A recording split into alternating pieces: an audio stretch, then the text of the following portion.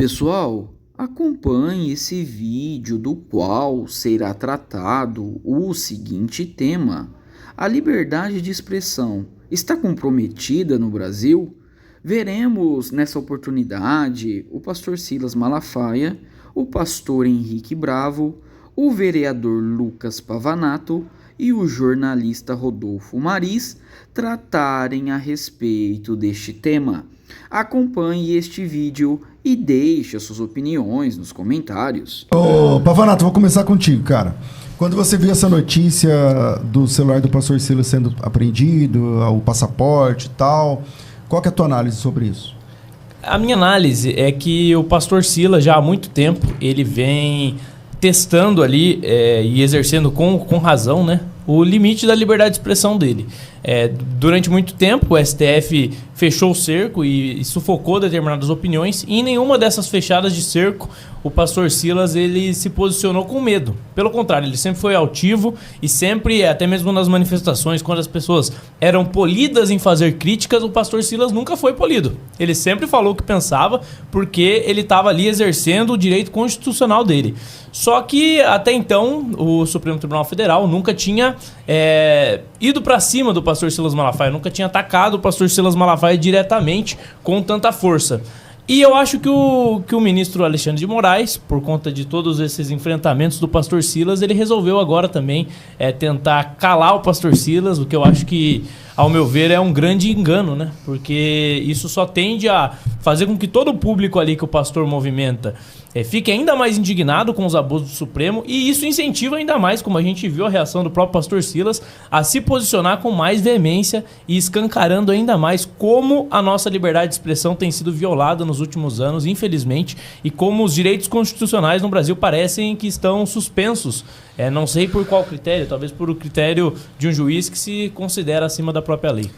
Rodolfo Maris. Corroborando com o que o Lucas Pavanato trouxe aqui. E até agora nós não conseguimos identificar, dentro do trâmite legal da lei, como que conseguiram prender, ou, no caso, levar até o pastor Silas Malafaia para a Polícia Federal, para uma delegacia da Polícia Federal. Porque, olha só, o artigo 243, ele é categórico, ele é bem categórico. Ele diz o seguinte: primeiro, indicar o mais precisamente possível a casa em que será realizada a diligência. Vírgula nisso aqui. Teve algum mandato de busca e apreensão para a casa do pastor Silas Malafaia? Não, ele foi detido dentro do aeroporto, voltando de um voo.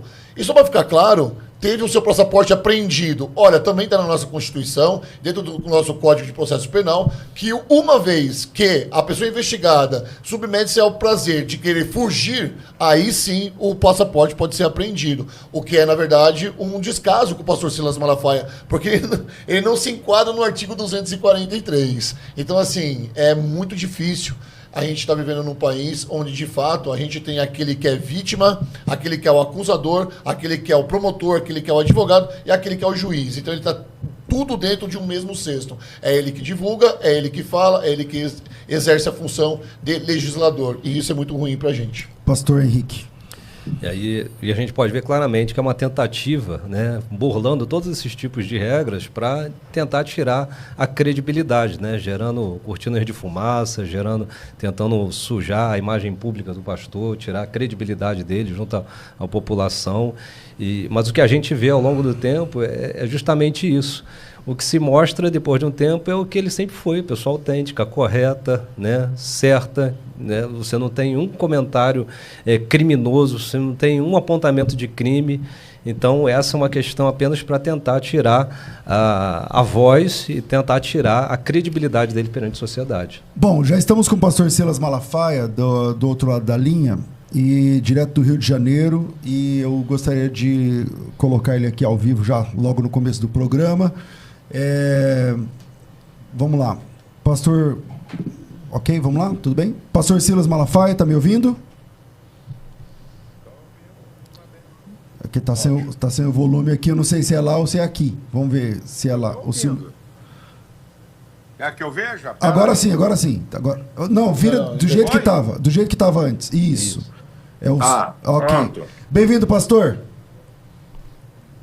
Obrigado. Eu tenho o prazer e a alegria de estar aí com vocês. Vamos lá. Está aqui com a gente na mesa o pastor Henrique Bravo, o pastor da DEVEC aqui em São Paulo. O Rodolfo Maris, que é do Metrópolis e da Jovem Pan aqui em São Paulo também. E o Lucas Pavanato, que é vereador, o vereador mais votado do Brasil aí na última eleição, do PL aqui de São Paulo. Pastor, como é que foi o momento que o senhor chegou? Como é que o senhor foi abordado? O senhor sentiu que é um problema realmente com a liberdade de expressão? Fala aí alguma coisa. Bem, vocês têm que entender todo o trama e toda a maldade. Por enquanto, era perseguição política. Então, preste atenção. Foi dito aí muito bem que, para você apreender o passaporte de alguém, risco eminente de fuga. Eu estava chegando do exterior. Depois de 6 dias de toda a imprensa ter divulgado, eu feito uns 3 ou 4 vídeos. Começa a contradição. Todo mundo jurídico sabe que você, para prender um passaporte, tem que ter essa prova de que a pessoa está querendo fugir. Eu não estava saindo do Brasil. Eu estava chegando do exterior ao Brasil. Muito bem. O delegado, um cara muito educado, muito simpático, me levou para uma sala, me pega 4 cadernos meus, 3 deles, que eu gosto de escrever, são esboços de mensagens minhas, e um deles é um caderno onde todos os vídeos que eu faço, eu também faço um esboço do que eu vou falar, e os meus discursos. Ele folheou página por página, viu que 3 cadernos eram exclusivamente teológicos, e um deles que tinha os meus apontamentos dos meus discursos. Ele falou, olha, esse aqui eu vou ter que segurar, os 3 que você vai levar. Só que ele ligou para o chefe da Gestapo, de Alexandre de Moraes, em Brasília, o delegado criminoso que comanda o inquérito, que é sigiloso. E aí o cara disse, recolhe tudo. Então aqui começa a perseguição religiosa, porque os esboços teológicos é minha ferramenta de trabalho. Esse é o primeiro ponto. Segundo ponto, quando ele apreende meu passaporte, eu sou livre, segundo a Constituição, pelo meu trabalho religioso, de ir e vir. Eu tenho um compromisso, e mostro, e agora num vídeo vou mostrar, o convite de casamento da filha do meu pastor em Boston, e a conferência que eu estou programado para lá. Quando ele retém o meu passaporte, ele impede o meu livre exercício da minha função religiosa. Então, além de ser uma perseguição política descabida, virou uma perseguição religiosa, que é coisa muito séria e grave. Não é uma coisinha qualquer. Agora, preste atenção a isso aqui, gente. Deus me ama, apesar dos meus defeitos. Quando o delegado, a turma dele, vaza os áudios de conversas privadas entre eu e Bolsonaro, do telefone de Bolsonaro, eles cometem um crime. Artigo 5º, 10º da Constituição, é inviolável a intimidade, crime divulgar conversas privadas. Mas por que ele faz isso? Ele tem o controle do inquérito, o inquérito é sigiloso. Então ele vaza o áudio. Qual foi a intenção? Vamos desmoralizar esse cara no mundo evangélico religioso, porque tem palavras, né? Xingamentos dele, e a gente vai arrebentar. Só que a maldade deles não percebem que, ao fazerem isso, é a maior defesa que eu tenho, porque eu faço críticas violentas ao Eduardo Bolsonaro. Em outro áudio, eu critico o Bolsonaro, elogio o Eduardo. Como é que eu estou sendo um conluio de um inquérito, que o inquérito é o quê? Obstrução de justiça, organização criminosa e sanções internacionais. O que é que eu tenho a ver com isso? O próprio vazamento dos meus áudios prova a minha inocência. Entendeu? É um negócio tão estúpido e vergonhoso que eles não observaram isso. O vazamento criminoso dos áudios é uma prova de que eu não participo de conluio nenhum. Ao contrário, eu sou franco. Eu sou amigo de Bolsonaro há 20 anos. Casei ele e Michele. Tenho relacionamento pessoal e boto para quebrar. Agora, o que eu achei interessante é o seguinte. Claro, eu sou ser humano, eu também erro, né? E o vídeo que eu mostrei respondendo a alguns irmãos meus, típico de fariseu, que engole camelo e engasga com mosquito, antes que alguns poucos apócritas, pouquíssimos, a maioria me defendeu. Isso não é palavra de um homem de Deus. Um homem de Deus não fala isso. Esse hipócrita fariseu não fala do crime de vazar a minha intimidade. Típico de fariseu, engole camelo e engasga com mosquito. Certo? Olha, eu fico muito, assim, vou dizer, orgulhoso, sabe? Se alguém está falando das minhas palavras chulas, não estão me criticando pelo meu caráter, por covardia, por omissão, por injustiça. São mais de 50 vídeos em 4 anos publicados denunciando os crimes de Alexandre de Moraes, como foi dito aí pelo Pavinato. Eu denuncio isso em manifestações. Eu enviei vídeos dublados em inglês para a América. E na América, perseguição religiosa a um pastor é coisa muito séria. Pastor. Então, gente, nós estamos diante. E aí tem mais uma que eu vou parar aqui, que essa é a pá de cal. Escuta essa. Sexta-feira agora, o procurador-geral Paulo Gonet denuncia o Tagliaferro por violação de sigilo funcional, o principal assessor de Alexandre de Moraes no Superior, né, Tribunal lá eleitoral. Entre as denúncias está isso. Então aqui vai a minha pergunta que está no meu vídeo, que vai ser publicado daqui a pouco, eu estou antecipando. Se o senhor Paulo Gonet e o Alexandre de Moraes, que pede a extradição do Tagliaferro, se omitirem diante dos crimes do delegado federal que tem a guarda do inquérito sigiloso, eles cometem o crime de prevaricação, artigo 319 do Código de Processo Penal. E agora? Vão denunciar o delegado e os investigadores que vazaram? Ou vão se calar para provar mais uma vez de pura perseguição política e religiosa contra mim? O Pavanato tem uma pergunta. Pastor, nós sabemos muito bem que toda tirania, quando ela quer perseguir alguém, ela precisa descredibilizar primeiro essa pessoa. São 2 perguntas. A primeira, eu queria saber se o senhor acredita que essa perseguição contra o senhor é mais uma dessas evidências que comprovam que o Brasil não vive uma democracia plena. E a segunda pergunta é se o senhor acredita que essa perseguição mais recente tente a incentivar a próxima manifestação no dia 7 de setembro?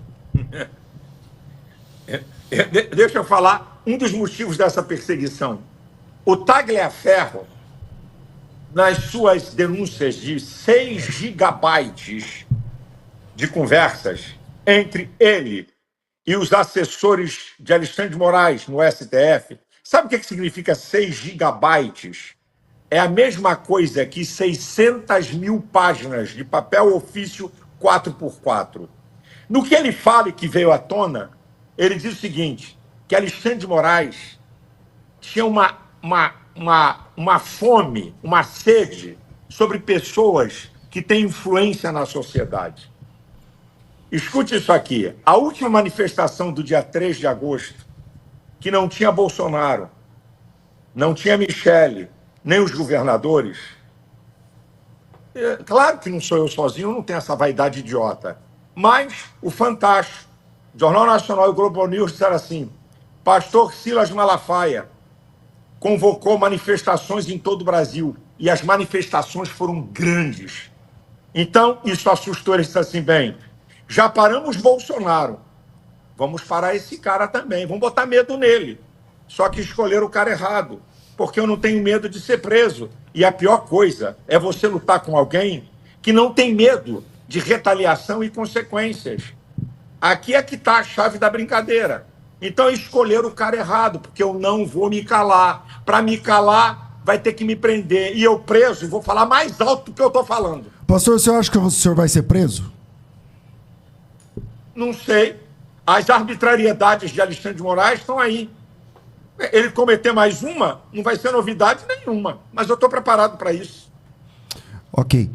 Quer falar? Quero. O Maris, lá da Jovem Pan e da Metrópolis, vai falar. Bom, primeiro é uma honra falar com o senhor aqui, pastor Silas Malafaia. Mesmo às vezes, eu não concordando com algumas coisas, vai aqui o meu máximo respeito pelo maior líder religioso hoje no nosso país. E o senhor está fazendo jus. Mateus 5, 10, 12, que diz, bem-aventurado aqueles que serão perseguidos em meu nome. O senhor crê que essa perseguição, de fato, já chegou para o senhor? Não tenho dúvida nenhuma. Apreensão de passaporte, apreensão de celular para fazer pesca é um modus operandi do ditador Alexandre de Moraes, e apreensão de minhas ferramentas, tá? Do desempenho do meu ministério. Que é mais do quê? É claro que é uma perseguição. Eu estou preparado, eu sabia, uma hora ele não vai aguentar. Uma hora ele vai vir em cima de mim. Falei, ele não vai aguentar. É só você ver os procedimentos dele. Só que ele escolheu, como eu estou repetindo, o cara errado. Quando você não tem medo, sim, pastor, sabe? Você não se esconde, não cala a boca para você ver. De quinta-feira à noite para cá, eu gravei uns 7 a 8 vídeos botando para quebrar. Nós assistimos aqui. Sem parar. E não vou parar. Vou continuar a denunciar. E eu quero dizer uma coisa para vocês aqui. Não achem estranho se vir retaliação do americano sobre eles, baseado nessa perseguição contra mim. Não estranha não, viu? Se isso acontecer. Porque Pastor, isso é muito possível. Sim. Eu quero só terminar dizendo o seguinte, claro. olha, eu não me considero maior líder, eu me considero que eu sou um dos líderes evangélicos que tenho uma certa influência e que não sou candidato a nada. Quero deixar isso aqui bem claro.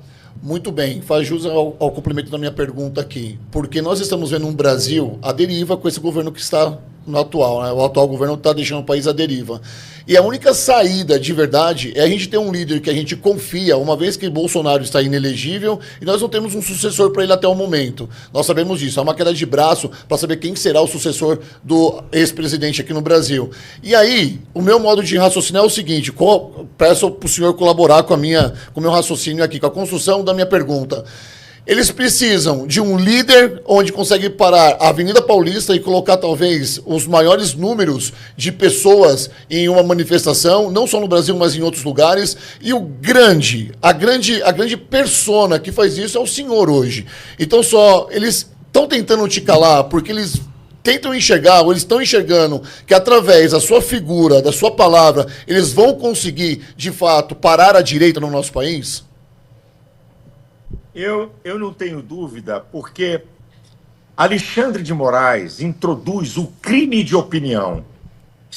Gente, isso é uma aberração. No Estado democrático de direito se estabeleceu o crime de opinião. Tem brasileiros exilados para não serem presos por opinião. Vou lembrar vocês, o Oswaldo Eustáquio, tá, que foi para a Espanha, Alexandre de Moraes pediu a extradição dele. Qual é o crime de Oswaldo Eustáquio? Opinião. Sabe qual foi a resposta da justiça espanhola? O que para vocês é crime, para nós é liberdade de expressão. Artigo 5º, inciso 4 da Constituição brasileira é livre a manifestação. Artigo 220, parágrafo 2º, é vedada a censura. Agora, pare para pensar. Bolsonaro está em prisão domiciliar porque falou. Gente, isso é uma loucura, porque abriu a boca e falou. Agora, escute isso aqui. Lula, condenado, preso, deu 22 entrevistas. Isso é uma aberração, isso é uma afronta, gente. Alexandre de Moraes preside um inquérito imoral e ilegal das fake news porque não tem a participação do Ministério Público prevista no artigo 129 da Constituição. O Ministério Público é o senhor da ação penal. Alexandre de Moraes, ao mesmo tempo, é delegado, promotor e juiz. É uma aberração jurídica que nunca vimos na história do país. Por isso que eu chamo ele de ditador da toga. Então, é o seguinte, vamos calar esse cara. E aí eu fico rindo, porque o mundo político, o mundo evangélico, nós agimos segundo a cultura evangélica. Mas o mundo político age segundo a cultura deles. O que é Caiado, assessores de Tarcísio, não Tarcísio, Malafaia está fazendo tudo isso porque quer ser candidato. Eu tenho que dar gargalhada. Eles não sabem o que é uma voz profética. Eles não entendem isso, porque no pano de fundo de tudo isso tem uma questão espiritual. Satanás odeia a liberdade, tanto dos povos como das pessoas. Ele quer escravizar em todas as instâncias, e eu percebo, entendo isso, e Deus me levantou, não como único. Tem milhares de pessoas que não têm a oportunidade de falar com a imprensa como eu, e que também se posicionam. Eu sou dois, que tem uma voz para denunciar isso, e não tem interesse político nenhum. Paz, pastor, tudo bem? Primeiro dizer que é sempre uma honra vê-lo, né? Expressar essa coragem, tá? Essa firmeza e o seu caráter, né?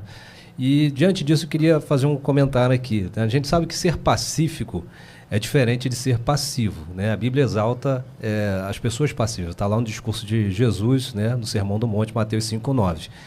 Mas ser passivo é aquela pessoa que fica indiferente frente às injustiças, que é o caso de Mateus 27, quando Pilatos lava suas mãos frente à injustiça com o próprio Cristo, né? O próprio Eli que não repreende seus filhos. Minha pergunta é o seguinte, o senhor, além de um pastor, a gente entende como uma voz profética. O senhor entende que seu posicionamento profético ele pode ajudar a despertar essa missão profética também da igreja, que está lá em Efésios 5:11, e não sejais cúmplices das obras infrutíferas das trevas, antes, porém, reprovais. Será que haverá um despertamento nesse sentido também para os cristãos? Henrique, deixa eu falar uma coisa com você. Você colocou muito bem pacífico e passividade. Jesus era pacífico, mas derrubou mesa, deu chicotada, chamou de hipócrita, fariseu, raça de víboras. O pessoal não entende isso. Paulo chamou os cretenses de bestas ruins. Está lá em Tito, no capítulo 1, versículo 14. Entendeu? Então, eu acredito o seguinte. Eu não estou pedindo para ninguém fazer o que eu faço. Isso é... Respeito muito o foro íntimo das pessoas. Agora, eu acredito que Deus me levantou para dar consciência ao nosso povo de cidadania. Jesus não foi contra a cidadania terrena. Dai a César o que é de César, dai a Deus o que é de Deus. O apóstolo Paulo, em Romanos, ele vai avisar a quem tributo, tributo, a quem honra, honra, a quem imposto, imposto. E Paulo, quando foi injustiçado, Atos capítulo 16, do versículo 35 ao 40, ele disse, eu sou cidadão romano, não vou sair daqui assim não. E vamos aqui, deixa eu falar para meus irmãos amados, vamos parar de hipocrisia, de uma farsa, de uma pseudo-espiritualidade, como se você fosse só um ser espiritual. Bem, se você é um ser espiritual e não é um cidadão dessa terra, então, vamos lá, não tire carteira de identidade, carteira profissional, carteira de motorista e também passaporte. Se você for ameaçado, não vá na polícia, isso é cidadania. Se teu patrão não pagar o que te deve, não vá à justiça trabalhista, que isso é cidadania. Vamos deixar de hipocrisia, minha gente. Ô, pastor... Nós somos cidadãos dessa nação. O que a gente não pode fazer, aqui é que está a linha de separação. A igreja apoia a OB. A igreja não apoia ninguém.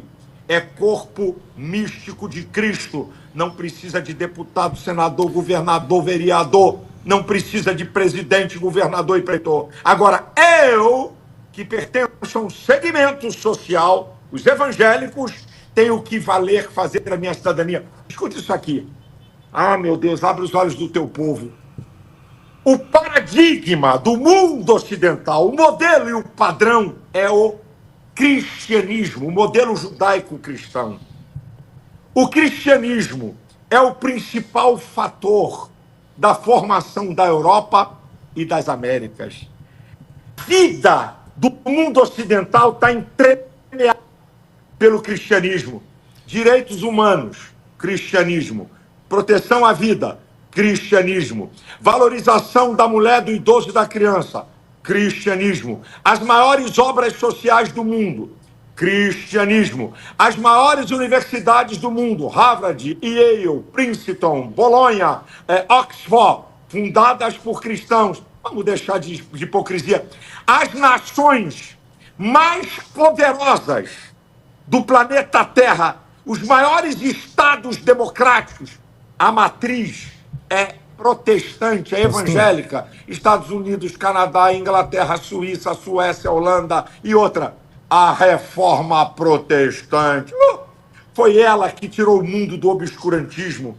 Foi ela que fez com que o mundo produzisse ciência como nunca. Foi a reforma protestante que fez com que pessoas de classe baixa conquistassem riqueza e poder. Não é o socialismo, não. É a reforma protestante que trouxe a escola pública, o Estado laico. Vamos deixar de conversa fiada. Nós, evangélicos, somos ramo da reforma protestante. Pastor, meu Senhor, abre os olhos do teu povo. Pastor, eu tenho aqui uma pergunta. Eu não sei para quantos canais o senhor já deve ter falado depois desse episódio. Eu vi o senhor lá num canal onde a moça perguntava sobre o seu celular, quando o senhor disse que troca o número, não sei o quê, e aí depois... Eu sei como funciona. E aqui, agora há pouco, o senhor disse assim, olha, a ideia de vazar essas conversas foi queimar o pastor Silas para o público evangélico. Falando lá as palavras, palavrões e tal e tudo mais. Mas vamos lá. Aqui o senhor está falando para um público evangélico. Esse programa aqui é ouvido em São Paulo inteiro, Brasil inteiro e tal. Vamos lá. Para o público evangélico, a hora que o senhor fala sobre os palavrões, o senhor fala assim, ó, vamos deixar de hipocrisia, vamos deixar, tá, é verdade. Mas... num vídeo que o senhor gravou, acho que sexta ou sábado, o senhor fala assim, olha, para os meus irmãos evangélicos aqui, porque o senhor é uma voz que fala para o público evangélico, para quem não é evangélico e tudo mais, sobretudo sobre política. Para o público evangélico, o senhor gravou um vídeo falando assim, realmente, não é correto um pastor falar aquele tipo de palavra.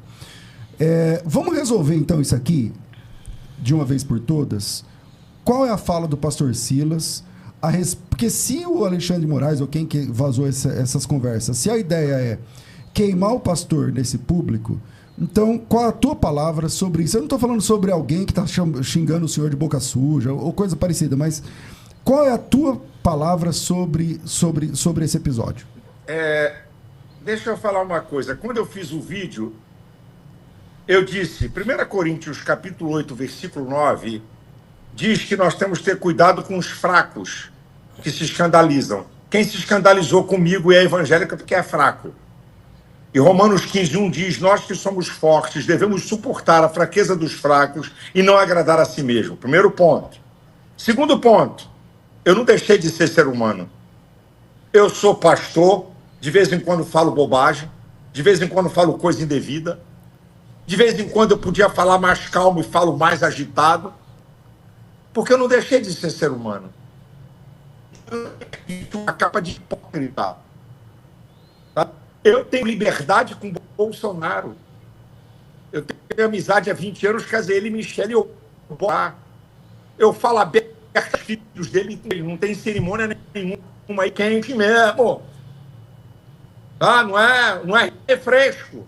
Então, a intenção é o seguinte... Vamos desmoralizar o pastor Silas no mundo evangélico. Só que grande parte do povo de Deus tem maturidade. Quebrar a cara. Aí um deputado evangélico, a Globo News, que, olha onde chegou a baixaria do jornalismo. Botou o pastor para me atacar. O pastor deputado, um homem de Deus, isso não é palavra de um pastor, não é um palavreado, conversas particulares. Que eu só devo satisfação a Deus e mais ninguém. A Bíblia diz que eu vou ser julgado por minhas palavras. Eu, não é pelos outros, não. Aí o cara vai e bota para quebrar, faz vídeo, me esculhamba. Mas Deus me ama. Aí vem um vídeo dele falando pior do que eu, com palavras chulas. E eu conheço ele, sei muito bem quem ele é. Eu não gravei um vídeo contra ele. O cara que me chama de paizão e pastorzão, querendo tirar proveito político, de uma conversa particular que eu não devo satisfação a ninguém. Ok? Mas como foi vazado, então eu passo a ter que dar satisfação. Porque foi vazado. Aí eu falei, irmãos, se alguém ficou escandalizado comigo, me perdoe. Agora eu vou dizer honesto. Isso foi conversa do telefone celular de Bolsonaro. Se o delegado quiser cometer o crime novamente de vazar conversas do meu celular, deve ter palavrão lá também. Deve ter palavra chula. Deve ter. Não me lembro. Porque eu sou muito franco para falar. É o meu jeito. Olha, César, se o delegado resolver vazar as minhas conversas com jornalistas, primeiro, vai ter jornalista demitido. Da Globo, da Folha, do Estadão, do Metrópolis. Vai ter gente, sabe por quê? Porque eu sou franco, eu esculhambo, faço o cara corrigir matéria, eles me questionam também. Aí tem um jornalista na mesa, ele conhece a linguagem, eu digo assim, é on, tudo que eu falar, publica e bota meu nome. É off, não é para botar meu nome. Isso é verdade. É para você ver se você vai divulgar ou não sem o meu nome. Eu conheço a linguagem jornalística. Então, irmão, e outra, o tiro saiu pela culatra. Porque mais de 90% dos evangélicos entenderam, me apoiaram, não me criticaram. O pastor falou uma palavra mal colocada, mas eu falo também. E eu quero pegar a palavra, né? Teve um pastor, um hipócrita, que tem dor de cotovelo meu, um hipócrita aí, né? Que ele é um cara inteligente, então ele não é inocente. Quando ele falou, um pastor envergonhando o evangelho com linguajar chulo, é o que eu disse. Mateus 23, 24. Condutores cegos engolem camelo e engasgam com mosquito. Ele não fala do crime que cometeram ao vazar conversa privada. Ele não fala, mas das minhas palavras, ele falou, típico de fariseu hipócrita. E esse cara, eu nunca vi ele entrar em guerra por nossos princípios e valores. Eu nunca vi ele falar da roubalheira do INSS, das guerras que eu tive com o movimento gay, ideologia de gênero, os processos que o movimento gay moveu contra mim, ainda tem um. Eu não vi ele mover nada. Então, é muito fácil, é muito molinho falar da falha de alguém, sabe? Mas vim pra cá pagar o preço, sabe? De ser caluniado, difamado por ímpios e até por crentes, e de você estar em perigo, a tua reputação, a tua história, certo? Que você pode ser preso, tá? Ser indiciado. Isso os hipócritas não querem falar. Então a minha gratidão a meus irmãos, sabe? Que não vieram tripudiar sobre mim por causa de minhas palavras. Numa conversa privada. Okay. Essa que é a verdade. Imagine se... E é uma conversa privada. Imagine se coloca um microfone dentro das casas de discussões particulares entre marido e esposa, exatamente, entre os crentes. Tem o... rapidamente? Rapidinho. Porque o pastor Silas Malafaia citou aqui o Talhaferro, e de fato, Talhaferro, é isso. O sobrenome dele é estranho de falar, né? Mas enfim, que está sendo agora... sofrendo uma extradição, né, um pedido de extradição pelo ministro Alexandre de Moraes, o que talvez seja imoral e incontundente, por quê? Olha só, eles prenderam o celular, estão cerceando o direito do pastor Silas Malafaia de se comunicar, e quando o Talhaferro faz isso, ele é sancionado também. Ou seja, nós estamos num país onde os escrúpulos moral já foram por água abaixo. É seletivo, então, né? Exatamente. Pastor Silas, Pavanato, Maris, Henrique Bravo. Vou colocar aqui agora no programa o pessoal do IBDR, que é o Instituto Brasileiro de Direito e Religião, que fez uma nota de repúdio a respeito disso. Eles já estão ao vivo, por favor. Eu não sei quem vai falar, se é o Tiago ou se é o Jean. Então, olá. Opa, tem os dois aí. Bem-vindo, Jean, doutores Jean e Tiago, muito bom receber vocês. E a pergunta para vocês que são da área do direito pode isso, Arnaldo? Né? Isso que está acontecendo tem respaldo na lei? Tá sem áudio. Tá sem áudio aí, acho que tem que liberar o microfone aí de vocês. Vê aí. Aqui tá tudo certo, tá? Falta liberar o microfone de vocês aí. Apertar. Para nós tá aqui, ok? Vamos ver se é aí.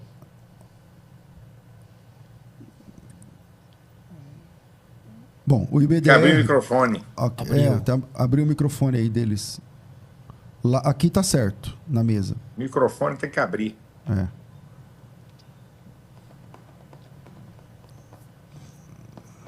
Bom, não, vou voltar aqui. Mais alguém tem alguma pergunta pra gente liberar o pastor Silas? Teria 200 perguntas, né? Todos os dias que eu tô com o pastor Silas Malafaia aqui. Eu tenho mais 200 perguntas pra fazer pra ele. Aproveita aí, você que é jornalista e tá começando no Metrópolis, já tá na Jovem Pan e tá entrando no Metrópolis agora. Pastor, olha só, eu queria a sua opinião sobre o possível impeachment do ministro Alexandre de Moraes. E ainda mais agora ganhando robustez, né? Porque o senhor tá sofrendo uma perseguição por conta dele e pode ser que isso crie um movimento ainda maior contra o Alexandre de Moraes. Mas o presidente do Senado falou que não vai pautar, né? Mesmo que todo mundo vote, não sei o quê. Mas a política é uma faca de dois gumes. O que manda ali é negociar, tá? E quando sentam naquela mesa, as negociações acontecem. A minha pergunta pro pastor Silas Malafaia é se ele acredita que o Alexandre de Moraes pode ser impeachado. Bem, vamos lá. Você tem que olhar e fazer uma análise. Primeiro, o povo é o supremo poder. O poder emana do povo. Quando um povo se manifesta, não tem Senado, Câmara, STF, Poder Executivo, nada. Então, primeiro, se houver uma convulsão social de manifestações em todo o Brasil, de parar o país, aí não tem alcolumbre que resista. Esse é o primeiro ponto. Tá? Segundo ponto, nós não sabemos que tipo de sanção vem. Pode vir sobre senadores ou o presidente do Senado e o presidente da Câmara. Nós não sabemos ainda. Terceiro ponto, aí vem o meu lamento. Sabe por que Alcolumbre diz que não vai pautar, mesmo com 41 assinaturas? Por quê? Eu vou dizer para vocês. Porque nós temos uma direita prostituta que se vende por cargo. Nós temos maioria no Senado e na Câmara. Mas temos uma direita prostituta que está no PP, que está nos republicanos, está no PSD, que está no Aliança Brasil. Esses caras, junto do PL, dão impeachment em Alexandre de Moraes. Então, o que a gente tem que fazer? Se unir. Olhar para o futuro e, nas próximas eleições, para Senado, 54 vagas, 2/3 vão mudar. Nós não brincarmos em quem nós vamos votar. Sim. Por causa dessa direita prostituta, é que não tem abertura de impeachment de Alexandre de Moraes. Isso só pode acontecer com os fatos que eu falei. Fora isso, eles não têm medo de imprensa, de crítica, nada. Não tem medo de nada disso. Nada disso vai funcionar. Só funciona povo ou sanções internacionais sobre eles, sabe?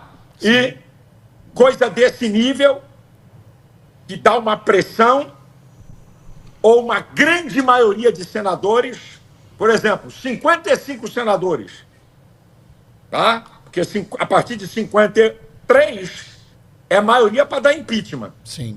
Então, isso também é uma força que pode fazer Alcolumbre voltar atrás, porque ele perde a governabilidade como presidente do Então, Senado. mas vamos lá, primeiro, ó. São apenas opiniões minhas das análises que eu faço. O vereador Pavanato tem uma pergunta, mas aqui para engrossar aqui.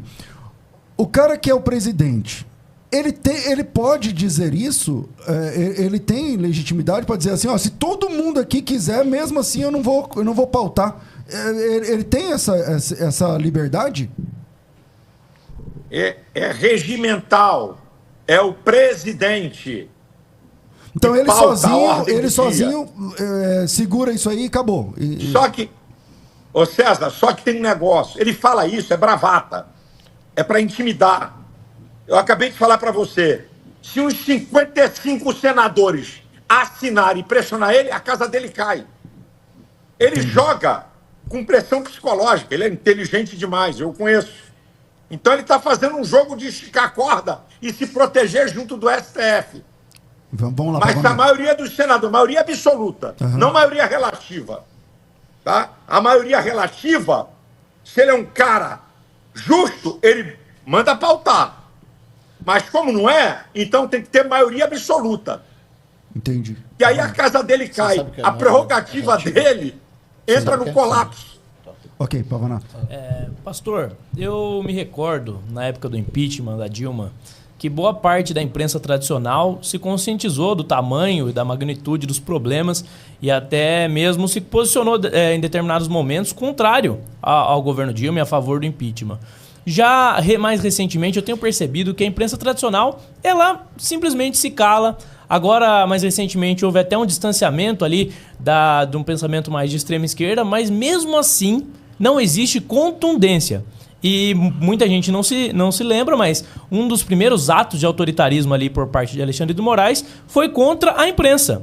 Quando censuraram uma matéria, se eu não me engano, da revista Cruzoé, que era o amigo do meu pai, que era uma matéria que falava sobre Dias Toffoli, sobre uma delação, e essa matéria foi simplesmente censurada. Então, já começa a tirania censurando a imprensa tradicional. O que falta para a imprensa tradicional acordar e perceber que se nada for feito, a nossa liberdade de expressão vai por água abaixo? Pressão do povo brasileiro. Até a imprensa se dobra. E outra, olha o jogo como foi feito. Alexandre de Moraes suspendeu as multas milionárias da Receita Federal à Globo, jornalistas da Globo e artistas. A Globo virou imprensa oficial de Alexandre de Moraes e que ainda continua como o maior canhão de comunicação do nosso país. Ainda continua. Então, lamentavelmente, a Globo é uma potência de comunicação, e aí vem verbas do governo Lula, certo? E também tem um outro fator, que o amigo jornalista aí sabe. Grande parte de jornalistas são esquerdopatas, de tendência de esquerda. Protegem Lula, defendem Lula, omitem, não falam e protegem Alexandre de Moraes. Agora, povo é supremo poder e a política é dinâmica. Em 24 horas, uma coisa muda totalmente. E aí tem uma outra coisa que é da minha fé e da fé da maioria aí dos senhores, que eu não posso falar por vocês.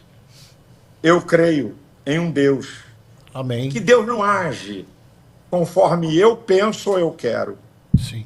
O apóstolo Paulo, em Romanos 11, 33 e 34, diz que os caminhos de Deus são inescrutáveis, impenetráveis. Isaías 55, 8, 9 diz que os caminhos do Senhor são mais altos do que o nosso. Deus é atemporal. Ele não trabalha com o tempo. Ele usa o tempo. É o criador do tempo. E no tempo de Deus, que Deus não trabalha com cronos. 1 hora, 10 horas, um dia, um ano. Deus trabalha com kairos, plenitudes de tempo. E no tempo de Deus, meu amigo, aí, se Deus quiser intervir e há uma igreja orando, aí, meu filho, a casa cai de qualquer um. Então, eu tenho ou a justiça divina, ou a justiça dos homens, ou as duas coisas juntas, vai acontecer ou vão acontecer aqui nesse país. Maravilha. Alguém tem mais alguma pergunta? Você quer encerrar, César? Porque eu tenho mais pergunta para fazer. É sério, não, deixa eu fazer mais uma, eu prometo, é a última. Pastor Silas Malafaia, eu sou Rodolfo Marins e eu estou muito feliz de falar com o senhor aqui. Não é todos os dias que eu tenho essa oportunidade. Então, se o senhor me permite, só mais uma, não sei nem uma pergunta, talvez seja uma colocação, porque nós estamos vendo um Estado democrático de direito afundando, onde o ex-presidente Bolsonaro não pode ter contato com os filhos, não pode ter contato com o senhor, não pode ter contato com ninguém. E nós estamos vendo, contrapartida, um juiz estourando todas as suas prerrogativas, tirando foto para a revista americana, dando entrevistas e falando sobre os processos que ele está julgando. O que o senhor tem a falar sobre isso? Meu amigo, a marca de uma Suprema Corte é o silêncio e a imparcialidade. Só falar nos autos e não falar antes do inquérito estar concluído. Isso é uma vergonha o que nós estamos assistindo. Agora, se você quiser, pesquise.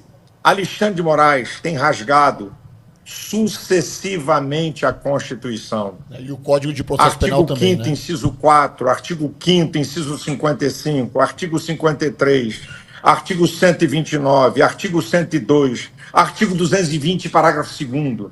Só por essas coisas, o artigo 102 diz que os ministros, o STF, a função principal é guardar, zelar pela Constituição. Quando ele rasga, amigo, ele tem que tomar um impeachment, fora as leis ordinárias. Artigo 254 do Código de Processo Penal, ele está em suspeição. Ele deu uma entrevista para a Globo dizendo que havia uma ameaça de matá-lo. Ele é vítima, não pode presidir o inquérito. Já foi dito aqui, eu repito, pior do que a Inquisição. Alexandre de Moraes é vítima, promotor, delegado e juiz. Isso é uma aberração jurídica, é rasgar o devido processo legal. Como disse o professor de Alexandre de Moraes, o último constitucionalista vivo, o maior constitucionalista, o último catedrático da USP disse: nós estamos vivendo uma juristocracia e não uma democracia. Quem falou isso, o Ives Gandra? O Brasil está rumo à venezualização. E eu espero que o povo brasileiro acorde e que Deus tenha misericórdia da nossa nação. Pastor, a gente conseguiu contato aqui com o pessoal do IBDR. Vamos ver se eles estão aí. Fala um alô aí, vamos ver se deu certo agora. Som, texto. Isso. Vamos lá, bem-vindos, Deus abençoe. Estamos na ponta da linha aqui com todo mundo aqui alinhado. Eu gostaria que vocês, que são do direito, falassem sobretudo sobre essa última fala do pastor Silas. Eu tinha feito a pergunta, né, em tom de brincadeira, se pode isso, Arnaldo? Então deixo com vocês. Maravilha, bom.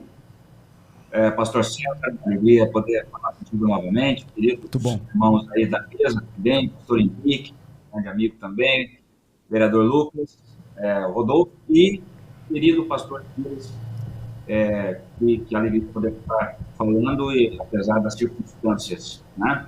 É um momento. O Silas acabou de mencionar diversos artigos da Constituição, diversos dispositivos, como ele tem sempre feito nos seus vídeos, que têm sido sistematicamente violados no Brasil.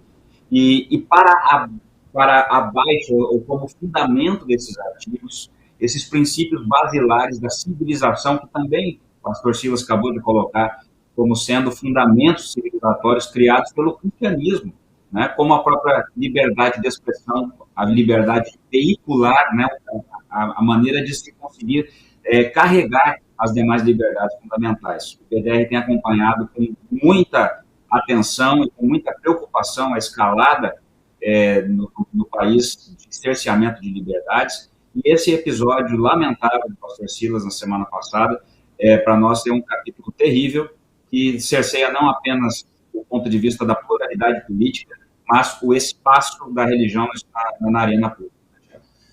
Primeiramente, aí, um bom dia a todos, ao Henrique, ao Lucas, ao Rodolfo, ao meu amigo César, e um bom dia especial aí ao pastor Silas. Estamos acompanhando a situação já há algum tempo. Lamento que tenha acontecido com o senhor, especialmente, pastor. Eu nunca imaginei que um dia o pastor poderia ter o seu sermonário apreendido. Talvez até seja uma providência divina para aqueles que leiam esse sermonário tenham um encontro com ele, né?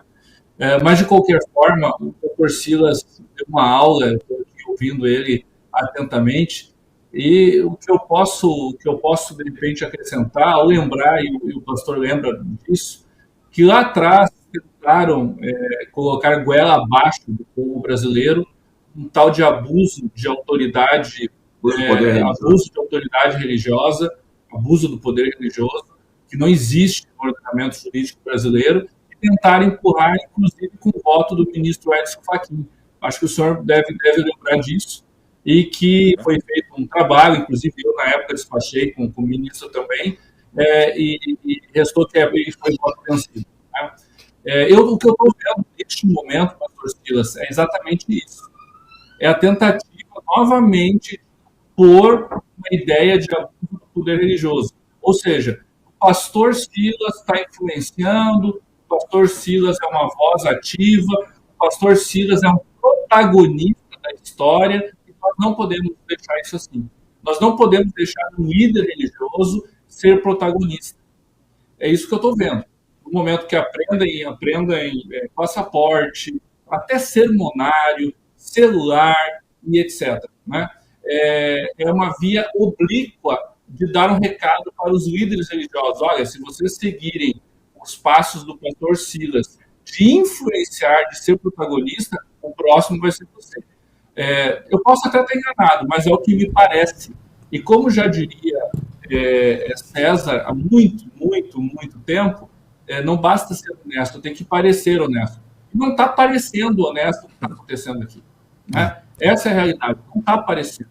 Isso eu digo para aqueles que, da outro lado da bolha, para aquelas pessoas que, de repente, defendem o que o Alexandre de Moraes está fazendo. Olha, não está parecendo democrático. Não basta ser democrático, o que ele está fazendo não parece democrático de forma nenhuma. Né? Então, eu me junto aqui aos conselheiros do IBDR, que emitiram essa nota de repúdio, já foi publicada. Depois até eu quero trocar uma ideia com o senhor para a gente publicar em Colab. Mas o fato é que um pastor, um apóstolo, um bispo, um baborixá, não me interessa, todos eles têm espaço na sociedade. E uma sociedade só pode crescer enquanto sociedade, só pode florescer se os religiosos tiverem também a sua oportunidade de ser protagonista na história da nação. E é isso que o pastor Silas é. Goste, isso é irrelevante. O fato é que ele é um protagonista e parece, infelizmente, que estão tentando calar a sua voz.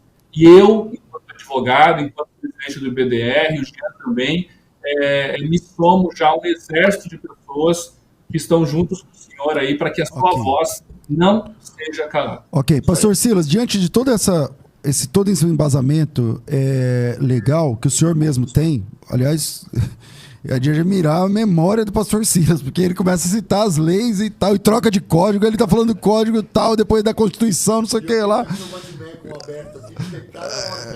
Vai tomar banho, meu amigo. Então vamos lá. Diante de tudo isso, a pergunta que eu quero finalizar com essa pergunta, pelo menos minha parte aqui, o senhor pretende tomar alguma medida jurídica a respeito disso? Não? Como é que é? Primeiro, deixa eu só fazer uma observação. Eu não sou mais inteligente do que ninguém. É que eu tive um pai extraordinário que, a partir de 6 anos de idade, treinou a minha mente para guardar textos da Bíblia. E aquilo que uma criança desenvolve e que ela tem uma aptidão, ela se torna um expert naquilo.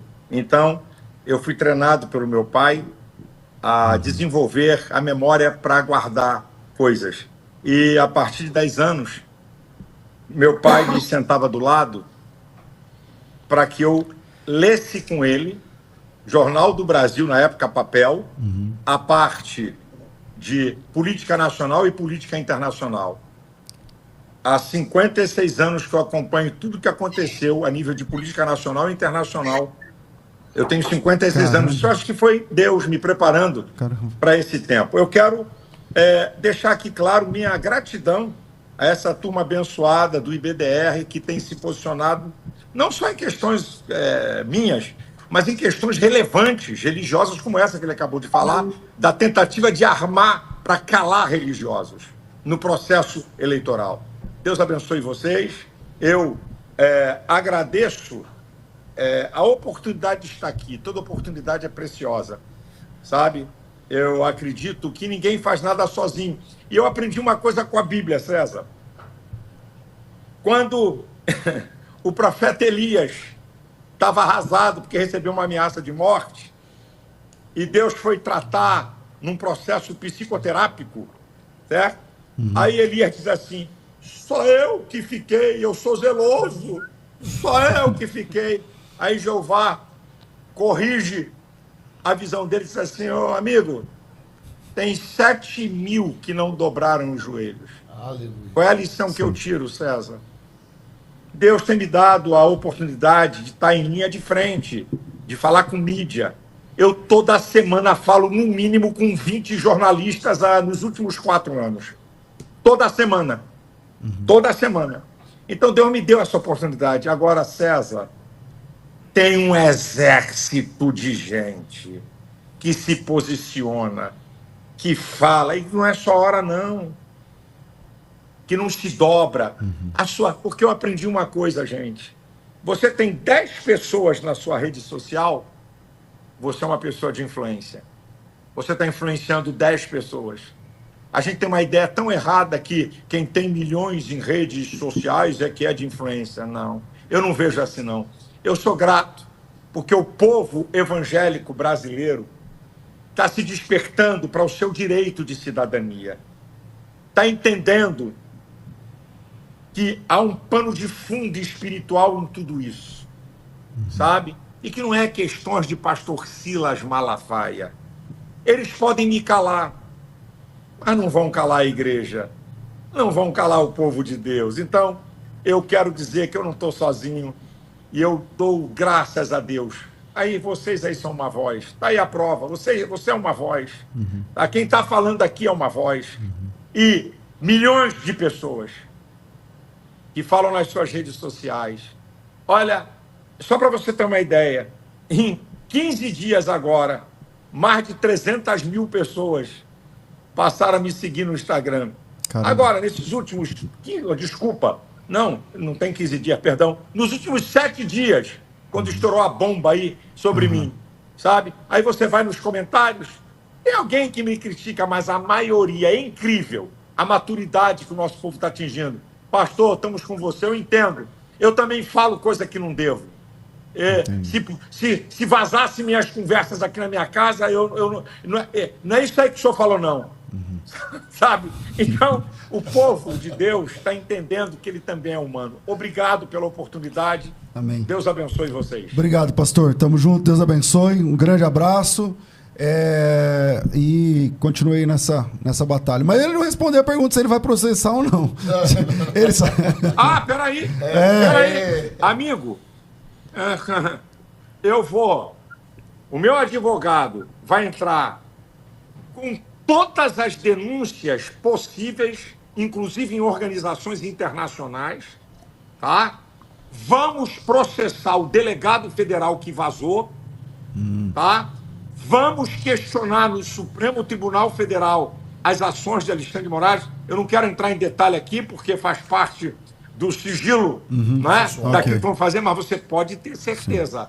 Vai ter processo e a coisa não vai ser brincadeira. Dia 7 de setembro, o senhor está trabalhando para essa manifestação ou não? Como é que funciona? 7 de setembro, novo horário em São Paulo, 3 horas. Estava muito cedo, perto de hora de almoço, mas a manifestação é em todo o Brasil, em tudo que é cidade. Veste de verde e amarelo, faz uma carreata, uma passeata, vai para o coreto da cidade, se manifeste, porque o que está em jogo é a nossa liberdade. Eu vou estar na Paulista, certo? E vai ser uma grande manifestação. Eu acredito, se não for a maior, vai ser a segunda maior. Anote aí, depois vamos tirar a prova. E que através do meu canal YouTube, tá? Com equipamentos profissionais de televisão, eu abro o sinal para quem quiser transmitir, sem botar logomarcas minhas, para que cada um que transmita seja sua a transmissão, tá? Começa às 14h30 a transmissão da Avenida Paulista. Vamos em frente. E eu declaro que o Brasil é do Senhor Jesus e que é inegociável a liberdade do povo, a liberdade religiosa, a liberdade de expressão. Obrigado, pastor. Deus abençoe. Obrigado. Como é que é ser vereador? Porque assim, o pastor falou aí que a maioria é de direita, tal, no plenário, tal. Como é que é aqui na Câmara em São Paulo? Qual que é o percentual de direita e esquerda? Como é que é ser vereador de direita aqui? Rapaz, você sabe que é complicado, porque você tem uma boa parte, uma boa parcela da Câmara Municipal que se coloca à direita, e até mesmo na eleição angaria o voto da direita, mas direitista de fato no dia a dia, que é aquele que age com independência, que não negocia os próprios votos simplesmente visando, sei lá, algum recurso para destinar para um determinado bairro, isso é a minoria absoluta. Se você for colocar ali 5 ou 6 vereadores mais à direita, eu acho que seria o suficiente, porque muito além disso não tem. E é triste porque muitas vezes, e isso foi uma frustração que eu tive um pouco depois de ter sido eleito, você percebe que você tem as mãos atadas. Porque você tenta fazer muita coisa, você trabalha muito, você tenta entregar muita coisa e você vê que a coisa simplesmente não anda porque o sistema é feito para não funcionar. Então, o que funciona é o que o prefeito manda e o que os vereadores estão dispostos a obedecer, porque o prefeito está mandando e o prefeito só manda desse jeito porque ele tem recurso para distribuir. Infelizmente Você já percebeu que, tipo assim, alguma pauta sua não subiu, alguma coisa assim? Como que é? Cara, pautas mais polêmicas mesmo, que em boa parte das vezes são as mais importantes, dificilmente elas avançam, porque o governo ele não quer se indispor com nenhum dos lados, então ele não permite que as pautas avancem. E sem o apoio da base do governo, você não avança nada na Câmara. Fala uma pauta aí que você está tentando. As pautas, por exemplo, de valorização da vida, defesa da vida, nós temos projetos ali que tentam não só não dificultar, mas dar alternativas às mulheres. E essas pautas, geralmente, elas avançam com muita dificuldade porque elas são polêmicas. Outra pauta, por exemplo, hormonização em crianças. Inclusive, já tem uma decisão do Conselho Nacional de Medicina já vedando você administrar esse tipo de hormônio em criança. E nós queríamos, e antes até mesmo no Conselho de Medicina, a gente já tinha um projeto para impedir isso na cidade de São Paulo. E esse projeto não avança por quê? Não avança porque é desconfortável ali para a base, para a galera mais de centro, que negocia com o governo, se indispor com qualquer um dos lados. Então eu acho muito ruim isso, sabe? A maior parte da bancada aqui da Câmara é de esquerda, de direita ou de centro? A maior parte é centro. A maior parte é emenda parlamentar para destinar para a região para poder angariar votos, porque o voto vem desta forma. Então, o voto de opinião, né, ele é mínimo. Que louco isso, né, velho? Então, quer dizer, a pessoa é eleita e tal, mas aí ela fica tentando só fazer política, lobby para ela mesma ter voto depois. Para ser reeleita. Exatamente. Então, eu acho que isso é a nível municipal, mas isso deve ser a nível federal, a nível estadual, do mesmo jeito, né? Você vê aqui, por que o Lula, mesmo impopular, ele mantém tanto poder? Porque ele tem o recurso. Sim. E a maior parte, principalmente nas regiões mais pobres do país, do voto, vem pelo auxílio. Então, o político que deveria ser um legislador e um fiscalizador do governo, ele passa a ser um mero zelador dos bairros. Ele está cuidando ali, arrumando uma rua, arrumando um buraco. Então, quando você entrou, você achou que você ia ter mais Eu achei... força, eu já tinha uma experiência de bastidor prévia, né? Só que quando na prática você se frustra, é diferente. E não se vende também, né? Porque você continua indignado com isso, pelo que a gente está sentindo aqui. Uhum. Vamos lá, você pretende ser candidato a deputado ou não? Se o partido, eu acredito que tenha um interesse em que eu seja candidato, mas eu estou focando no meu mandato. Se lá mais para frente, quando chegar perto da eleição, eu realmente for um candidato viável, o meu eleitor entender que isso é o melhor, eu estou disposto a... Eu acho que talvez na Câmara Federal talvez você consiga fazer mais, né? Não sei. Talvez a voz tenha mais amplitude. Porque o que eu sinto, o que eu tenho de poder hoje, enquanto vereador de fato, é a minha voz. É muito mais fácil eu sair na imprensa falando algo, sendo um vereador, do que quando eu não era. Então, o tempo todo eu tropeço, aparece uma notícia na imprensa. E isso é bom, porque você amplia e também ter voz ativa aliás, não é só mais uma das virtudes do político, não, é a principal, né? Então, eu acho que isso sim, esse poder eu acabo tendo, essa questão mesmo do pastor Silas, eu pude subir na tribuna, discursar com ênfase, e isso repercute muito mais do que antes de eu ser vereador. Então, eu acho que isso é o que me consola, ó. Pelo menos isso eu tenho voz. Agora, o poder de fato de você executar leis, de você conseguir fazer com que a legislação mude, isso é muito difícil. Sim. A destinação de recursos também é uma coisa que, quando você faz do jeito certo, você vê que está entregando resultado. Porque muita gente não faz do jeito certo, muita gente desvia. Eu não desvio, eu faço as coisas como devem ser feitas. Então, vai dinheiro para o hospital, que está ajudando pessoas que precisam. E eu acho que isso também é satisfatório e recompensador. Legal. Mais alguém quer fazer alguma colocação, pergunta? Como aqui o nosso público, né, é majoritariamente cristão, evangélico, eu acho que vale a pena a gente lembrar, ter um alerta de que o que está acontecendo se repete, né? Eclesiastes diz que não há nada novo debaixo do sol. Isso aconteceu na época de Cristo, né? A gente tem, na época dos apóstolos, em Mateus capítulo 5, eles diziam para que eles não anunciassem esse nome, para que calassem, para cercear o direito de se expressar. Aquilo dali já aconteceu naquela época. E a resposta dos apóstolos foi uma frase icônica que diz: mais importa obedecer a Deus do que aos homens. E a gente tem um exemplo, assim, para não ficar no tempo antigo, moderno, né? Vocês conhecem muito mais do que eu, né? Provavelmente Rodolfo, né?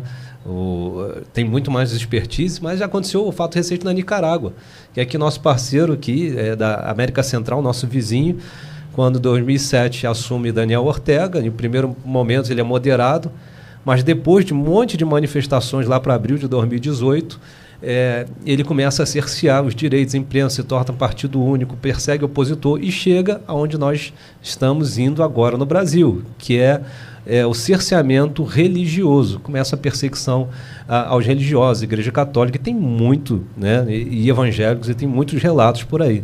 Então, para quem está observando, vendo isso que é uma questão política e à parte, isso não vai atingir a um pastor, a religião, a sua fé, nós temos casos recentes aqui de vizinhos, casos históricos são plurais, então é um risco iminente. Então a igreja, de verdade, precisa não só orar, como foi dito pelo nosso pastor, mas posicionar através dos canais certos, das pessoas certas e da maneira correta. Maravilha, maravilha. Bom, a gente está chegando ao final do programa.